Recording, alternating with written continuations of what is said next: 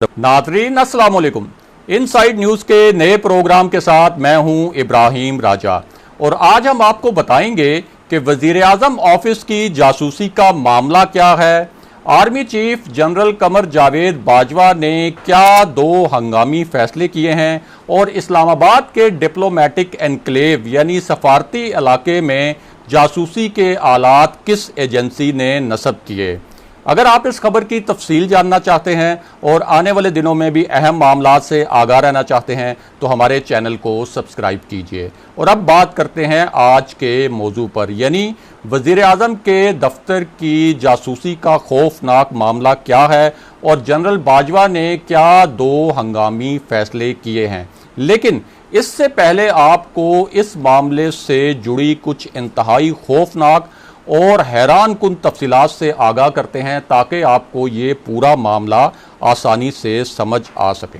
तो सबसे पहले आपको बताएं कि इस्लामाबाद का एक डिप्लोमेटिक एनक्लेव है, यानी वो इलाका जहां गैर मुल्की सफारत खाने हैं और इस इलाके में पाकिस्तान की मुखालिफ बैरूनी जो एजेंसियां हैं उन्होंने जासूसी के ऐसे आलात लगाए जिनसे इस डिप्लोमेटिक एनक्लेव और इसके अतराफ के इलाके में मोबाइल कॉल्स, वॉइस मैसेजेस और टेक्स्ट मैसेजेस को ट्रेस और रिकॉर्ड किया जा सकता था। इसके साथ साथ इन जासूसी के आलात से कंप्यूटर्स और लैपटॉप्स वगैरह का डेटा भी चोरी किया जा सकता था। और ये जो डिप्लोमेटिक एनक्लेव है इसके अतराफ 1 किलोमीटर से भी कम फासले पर वज़ीर आज़म ऑफिस, ऐवान सदर, सुप्रीम कोर्ट, दफ्तर खारजा और कई दीगर अहम सरकारी दफातर मौजूद हैं। और इसी डिप्लोमेटिक एनक्लेव में भारतीय हाई कमीशन और अमरीकी सफारत खाने समेत दर्जनों मुल्कों के सफारत खाने कायम हैं। और यहाँ कई सफारत खाने ऐसे हैं जिनका पूरा जो सिक्योरिटी का निज़ाम है वो भी अपना है और आम हालात में आम लोग यहाँ दाखिल नहीं हो सकते, इसलिए इस इलाके को हाई सिक्योरिटी जोन भी कहा जाता है। अब जब पाकिस्तानी एजेंसियों को पता चला कि यहाँ कुछ पाकिस्तान मुखालिफ एजेंसियों ने जासूसी के आलात नस्ब किए हैं तो जाहिर है ये बड़ा ही एक हसास, पेचीदा और तशवीशनाक मामला था, क्योंकि एक तो इन जासूसी के आलात को डिटेक्ट करना ही बहुत मुश्किल अमल होता है और फिर ये पता लगाना भी बहुत पेचीदा होता है कि ये जासूसी के आलात एक्चुअली कहाँ से ऑपरेट होते हैं, कब इनके सिग्नल्स ऑन होते हैं और कब इनके सिग्नल्स बंद हो जाते हैं। इसके अलावा ये पता कराना भी आसान नहीं कि ये आलात किस किस्म के डेटा को चोरी करने की सलाहियत रखते हैं। अब इस पूरी सूरत हाल में कैबिनेट डिवीजन ने एक बाज़ाब्ता सर्कुलर जारी किया और एक नोटिस जारी किया कि डिप्लोमेटिक एनक्लेव के अतराफ वज़ीर आज़म ऑफिस और जो दीगर अहम सरकारी दफातर हैं, वहाँ के जो अहम ऑफिशल्स हैं, वहाँ के जो आला अफसरान हैं, वो मोबाइल फ़ोन पर किसी भी सूरत कोई हसास मामला जो है वो डिस्कस ना करें और इसी तरह हसास मामलों के मुतल्लिक और ऑफिशियल मामलात के मुतल्लिक टेक्स्ट मैसेजिंग जो है वो ना की जाए। अब यहाँ ये बात भी बताना अहम है कि वज़ीर आज़म ऑफिस जो है वो डिप्लोमेटिक एनक्लेव से 200 मीटर से भी कम फासले पर है, जबकि जो वज़ीर आज़म हाउस है वो तकरीबन कोई 1 किलोमीटर, ऐवान सदर भी तकरीबन 1 किलोमीटर और पार्लियामेंट भी तकरीबन 1 किलोमीटर के फासले पर है डिप्लोमेटिक एनक्लेव से। अब इस सूरत हाल में वज़ीर आज़म ऑफिस के जितने भी सरकारी अफसरान हैं उन सबको भी हदायत की गई कि वो मोबाइल फ़ोन पर ऑफिशियल मामलात पर बात ना करें और ज़राए के मुताबिक इस सिलसिले में वज़ीर आज़म इमरान खान ख़ुद भी और उनके ऑफिस का अमला भी 2018 से जो SOPs दिए गए थे एजेंसीज़ की जानिब से उन पर अमल कर रहे हैं, क्योंकि एजेंसियों की जानिब से ये खदशा ज़ाहिर किया गया था कि बैरूनी एजेंसियाँ वज़ीर आज़म ऑफिस की जासूसी करने की कोशिश भी कर रही हैं। अब इस पूरे मामले में एक इंतहाई अहम बात यह भी है कि रहमान मलिक जो कि 2012 में वज़ीर दाखिला थे तो उन्होंने भी ये इंकशाफ किया था कि वज़ीर आज़म के कैबिनेट ऑफिस में जासूसी के सिग्नल्स डिटेक्ट हुए हैं, यानी पकड़े गए हैं और ये जासूसी पाकिस्तान की जो मुखालिफ एजेंसीज़ हैं उनकी जानिब से की जा रही थी। और इस सिलसिले में IB के जो साबिक सरबराह हैं उन्होंने एक ब्रीफिंग भी दी थी।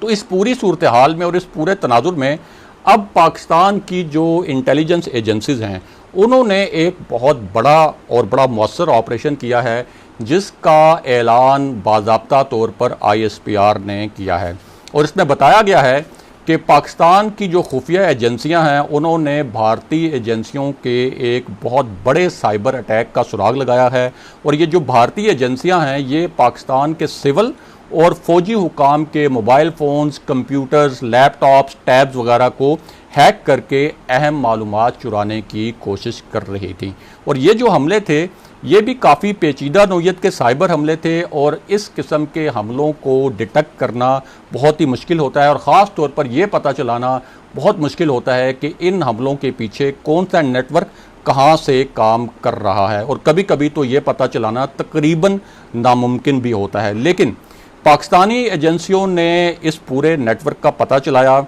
और ये जब तहकीकात की तो पता चला कि ये सारा मंसूबा जो है भारतीय एजेंसियों ने बनाया था। अब इन साइबर हमलों से जो ऐसे हमले हैं जो डिटेक्ट हो गए, यानी जो पकड़े गए हैं, उनकी बड़े ही वसी पैमाने पर तहकीकात शुरू कर दी गई हैं। और इसके साथ साथ इन हमलों से बचने के लिए पाक फ़ौज के जो अफसरान हैं उनके लिए भी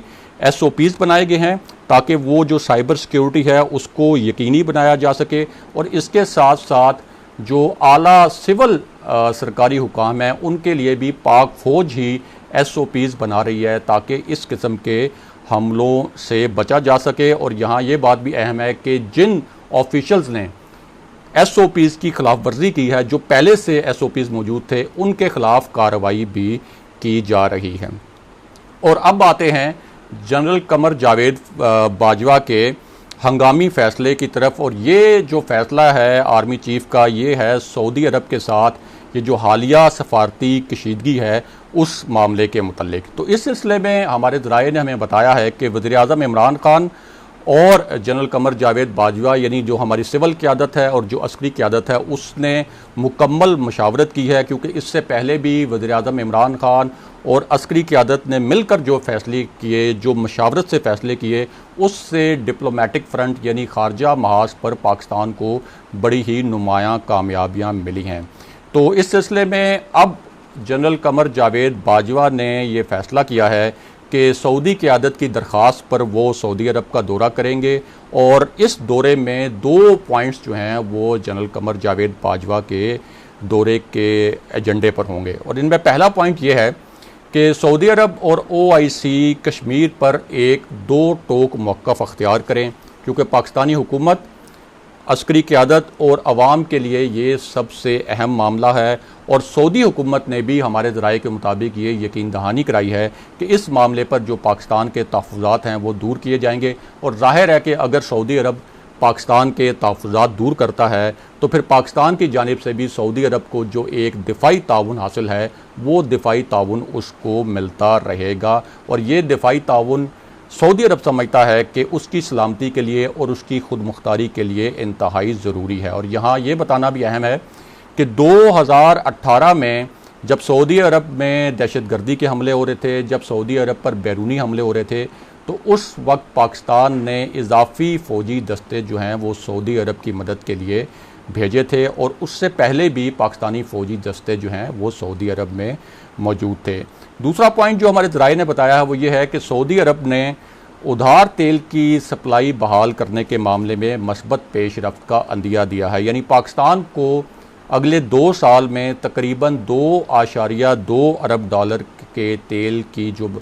सप्लाई है वो बहाल हो सकती है। वो सप्लाई जो कि पिछले 2 महीने से रुकी हुई है। इस सिलसिले में ओवरऑल पाकिस्तान की एक्सपेक्टेशन ये थी कि ये जो सप्लाई है ये 3 साल तक पाकिस्तान को मिलेगी, लेकिन सऊदी अरब ने 1 साल के बाद जो डेफर्ड पेमेंट्स पर यानी उधार पर पाकिस्तान को तेल देना जो है वो बंद कर दिया था। और यहाँ ये बात भी अहम है कि वज़ीर ख़ारजा शाह महमूद कुरैशी ने सऊदी अरब के बारे में जो बयान दिया, दरअसल वो वज़ीर-ए-आज़म इमरान खान का ही एक पैगाम था कि अगर OIC और अरब ख़ित्ता ख़ास तौर पर सऊदी अरब मसला कश्मीर पर पाकिस्तान के साथ खड़े नहीं होते तो फिर पाकिस्तान के पास भी तुर्की के साथ मिलकर नया इस्लामी ब्लॉक बनाने के अलावा कोई और ऑप्शन नहीं, और वो ये ऑप्शन इस्तेमाल करेगा। और यही वो पैगाम था जिसके बाद सऊदी अरब ने पाकिस्तान की जो नाराज़ी है उसको दूर करने की कोशिशें शुरू कर दी हैं। नाज़रीन, आज के प्रोग्राम के लिए बस इतना ही। अगले प्रोग्राम तक के लिए अल्लाह हाफ़िज़।